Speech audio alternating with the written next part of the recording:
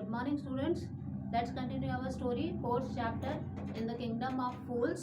मूर्खों के साम्राज्य में. We were on page number 22 and at last हमने पढ़ा था स्टोरी में कि राजा ने जो है उस सुनार को बुलाने के आदेश दिए. सुनार को क्यों बुलाया? क्योंकि उस नर्तकी ने जो है सुनार के खिलाफ ये शिकायत की थी कि उसने बार बार उस गली में उसके चक्कर कटवाए, जिससे कि उस ब्रिक लेयर का ध्यान जो है दीवार बनाने से भटका और उसने एक गलत दीवार बना दी, एक कमज़ोर दीवार बनाई. तो अब उस सुनार को बुलाया गया और राजा ने आदेश दिया और वो सुनार को के कहीं भी जहाँ कहीं भी वो छुपा है उसको बुला कर लाइए. The king's bailiff searched for the goldsmith who was hiding in a corner of his shop. Bailiffs होते हैं कारिदा बोलते हैं, जिनको कानूनी कुछ अधिकार होते हैं अपने काम करने के. तो राजा के जो बेलिफ थे वो सुनार की खोज में गए जो कि अपनी दुकान के कोने में छुपा हुआ था. When he heard the accusation against him, he had his own story to tell. जब उसने अपने ऊपर लगे हुए आरोपों को सुना तो उसके पास भी अपनी एक कहानी थी सुनाने के लिए. जैसे नर्तकी ने अपनी कहानी बताई, ब्रिकलेयर ने अपनी कहानी बताई, तो उस सुनार के पास भी अपनी एक कहानी थी. अब वो क्या कह रहा है? My lord, he said, I am a poor goldsmith, कि मैं एक गरीब सुनार हूँ. It's true, I made this dancer come many times to my door. और ये सच है कि मैंने इस डांसर को कई बार अपने यहाँ बुलाया, अपनी दुकान पर बुलाया. टू माई डोर, बुलाया, डोर दरवाजे को बोलते हैं, मतलब कहने से मतलब अपनी दुकान पे बुलाया. I gave her excuses because I couldn't finish making her jewellery before I finish the rich merchants order. कि मैंने जो है बहाने बनाए थे क्योंकि एक अमीर व्यापारी के ऑर्डर को ख़त्म किए बिना, मतलब पहले मुझे उस धनी व्यापारी के ऑर्डर को ख़त्म करना था, उसकी ज्वेलरी बनानी थी, फिर मैं इसकी जो है ज्वेलरी ख़त्म बना पाता मैं. They had a wedding coming and they wouldn't wait. मतलब उस व्यापारी के यहाँ शादी थी और वो इंतज़ार नहीं कर सकते थे. You know how impatient rich man are. आप जानते हैं कि ये अमीर व्यक्ति कितने अधीर होते हैं, मतलब इनमें पेशेंस नहीं होता है, धैर्य नहीं होता है. Who is this rich merchant who kept you from finishing this poor woman's jewelry, made her walk up and down, which distracted this bricklayer, which made a mess of his wall, which has now fallen on an innocent man and killed him? Can you name him? अब राजा ये पूछ रहे हैं कि क्या तुम उसका नाम बता सकते हो कि वो ये धनी व्यापारी कौन था जिसने कि इस गरीब ज्वेलरी पुअर वुमन, इस गरीब नर्तकी की ज्वेलरी बनाने नहीं दी, उसको फिनिश नहीं करने दिया सुनार को, और इसको जो है बार बार चक्कर लगवाए गली में, जिससे कि है ये गलत दीवार बन गई. मतलब ब्रिकलेयर का ध्यान उस दीवार बनाने से भटका और उसने गलत दीवार बना दी, और जो कि अब एक निर्दोष व्यक्ति को पर गिर गई और उसे मार दिया. तो क्या तुम उस व्यक्ति का नाम बता सकते हो, उस धनी व्यापारी का नाम बता सकते हो? राजा ने उस गोल्डस्मिथ से पूछा. The goldsmith named the merchant and he was none other than the original owner of the house whose wall had fallen. अब उस सुनार ने उस व्यापारी का नाम बताया और वो व्यापारी कोई और नहीं था बल्कि वही उसी घर का मालिक था जिसकी की दीवार गिर गई थी. अब वापस से घूम फिर के स्टोरी उसी मर्चेंट पे आ गई है. Now justice had come full circle, thought the king, back to the merchant. अब राजा ने सोचा कि अब न्याय जो है पूर्ण रूप से वापस जो है वो उस व्यापारी के ऊपर आ गया. मतलब पूरा मामला जो है घूम फिर के फिर उस व्यापारी पर आ गया. When he was rudely summoned back to the court, he arrived crying. और जब उसको रूडली मतलब बहुत ही बेरुखेपन से जो है वापस से दरबार में बुलाया गया, उस न्यायालय में बुलाया गया, तो वो जो है चिल्लाता हुआ आया. और वो क्या कह रहा था? It wasn't me but my father who ordered the jewellery. कि ये मैं नहीं था जिसने कि उस ज्वेलरी का ऑर्डर दिया था, वो मेरे पिता थे. He is dead, I am innocent. कि वो मर गए हैं और मैं निर्दोष हूँ. कि उस समय जब वो सुनार ने जो है नर्तकी की ज्वेलरी नहीं बना पाया, उसको बार बार चक्कर कटवाए, वो किस कारण थे? कि उसको व्यापारी की ज्वेलरी बनानी थी, पहले उसको उसके घर शादी थी, तो उसकी ज्वेलरी बनाए बिना वो नर्तकी की ज्वेलरी नहीं बना सकता था. तो वो व्यापारी कौन था? तो अब वो व्यापारी कह रहा है कि वो मैं नहीं था, मैं निर्दोष हूँ, वो मेरे पिता थे जो कि अब मर गए हैं. But the king consulted his minister and ruled decisively.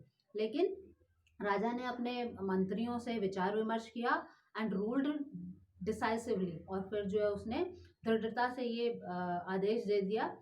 मतलब उसने ये कहा, it's true your father is the true murderer. कि ये सच है कि तुम्हारे पिता ही असली कातिल हैं, मतलब उन्होंने मारा है. ही इज डेड, और वो मर गए हैं. But somebody must be punished in his place. लेकिन उनकी जगह किसी ना किसी को तो सजा दी जाएगी। You have inherited everything from that criminal father of yours, कि तुम्हें अपने उस क्रिमिनल फादर की विरासत में सब कुछ मिला है, कि उनका जो कुछ है, his riches as well as his sins, उसकी जो संपत्ति थी, धन था वो भी, और उसके जो पाप हैं वो भी, तो वो तुम्हें अपने पिता से विरासत में मिला है।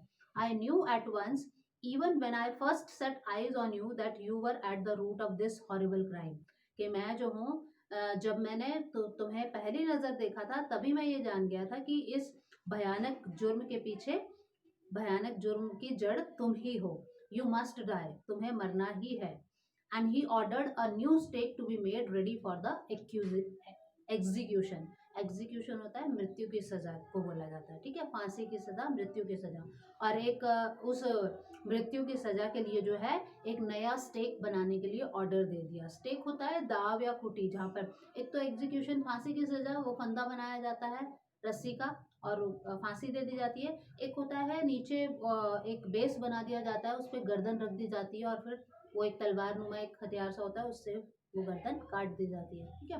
तो एक नया स्टेक जो है वो मृत्यु की सजा के लिए बनाने के लिए ऑर्डर दे दिया गया। As the servants sharpened the snake and got it ready for the final impaling of the criminal. अब जैसे कि वो सर्वेंट जो थे, नौकर जो थे, उस स्टेक को शार्प कर रहे थे, शार्प मीन्स पैना करना, उसको स्टेक को पैना कर रहे थे, तो उन्होंने and got it ready for the final impelling, और उसको जो है क्रिमिनल की, वो जो मुजरिम था, उसकी जो अंतिम उसको सूली पर चढ़ाना था, सजा देनी थी, मृत्यु की सजा देनी थी, उसके लिए उसको रेडी कर लिया था। It occur to the minister that the rich merchant was somehow too thin to be properly executed on the stake. अब ये जो है मिनिस्टर ने ये पाया कि वो जो रिच मर्चेंट था, वो व्यापारी जो था जिसको सज़ा देनी थी, वो किसी न किसी तरीके से वो जो स्टेक उन्होंने बनाया है उसकी सज़ा के लिए, वो उसके लिए पतला है, मतलब उसकी गर्दन जो है उसके लिए पतली है, उसमें फिट नहीं आएगी वो। He appealed to the king's common sense. अब उसने जो है राजा की जो व्यवहारिक बुद्धि थी उसको फिर से विचार विमर्श करने के लिए कहा कि मतलब ये जो है स्टेक जो है उसके लिए थोड़ा पतला है, थिन है उसकी गर्दन की, मतलब उसकी गर्दन उस स्टेक के अकॉर्डिंग थोड़ी पतली है। व्हाट शैल वी डू, अब हम क्या करेंगे। The king too worried about it, राजा भी जो है इसके लिए चिंतित हुआ और उसने कहा अब हम क्या करेंगे। He said when suddenly it struck him that all they needed to do was to find a man fat enough to fit the stake. अब अचानक से राजा के दिमाग में ये विचार आया कि अब उनको करना क्या है लास्ट में, कि उन्हें एक ऐसा व्यक्ति ढूंढना है, एक ऐसा इतना मोटा व्यक्ति ढूंढना है कि जो कि उनके स्टेक के लिए फिट आ जाए, मतलब उसकी गर्दन जो है उस स्टेक में, उस दाव में फिट आ जाए। The servants were immediately sent all over the town looking for a man who would fit the stake. अब नौकरों को जो है तुरंत ही चारों तरफ जो है शहर में भेज दिया गया एक ऐसे व्यक्ति को ढूंढने के लिए जो कि उस स्टेक के लिए फिट हो, जिसकी गर्दन उस स्टेक में फिट आ जाए। And their eyes fell on the disciple who had fattened himself for months on bananas and rice and wheat and ghee. और उनकी आंख जो है उन नौकरों की, वो ढूंढ रहे थे एक ऐसे व्यक्ति को, मोटा हो, उसकी गर्दन इतनी मोटी हो, स्टेक में फिट हो जाए, तो उनकी दृष्टि जो है उस डिसिपल पर, उस शिष्य पर पड़ी, उस गुरु के शिष्य पर। गुरु तो चले गए थे वहां से छोड़कर कि यहाँ पर कुछ भी हो सकता है, ये मूर्खों का साम्राज्य है, लेकिन डिसिपल ने जाने से मना कर दिया था। तो उनकी आंख जो है उस दृष्टि जो है उस डिसिपल पर पड़ी, जिसने कि महीनों वो बनाना, राइस, व्हीट, घी ये सब खा के महीनों तक अपने आप को मोटा कर रखा था, वो काफी मोटा ताजा हो गया था। तो उन्होंने उसको देखा। What have I done wrong, I am innocent, I am अ सन्यासी, ही क्राइड। अब उनकी नजर उस पर पड़ी तो वो उसको पकड़ कर ले जाने लगे। तो वो चिल्ला के उनसे पूछ रहा है कि मैंने गलत क्या किया, मैं निर्दोष हूँ, मैं एक सन्यासी हूँ। Clear? Now clear the story till now, enough for today, we will continue in our next video.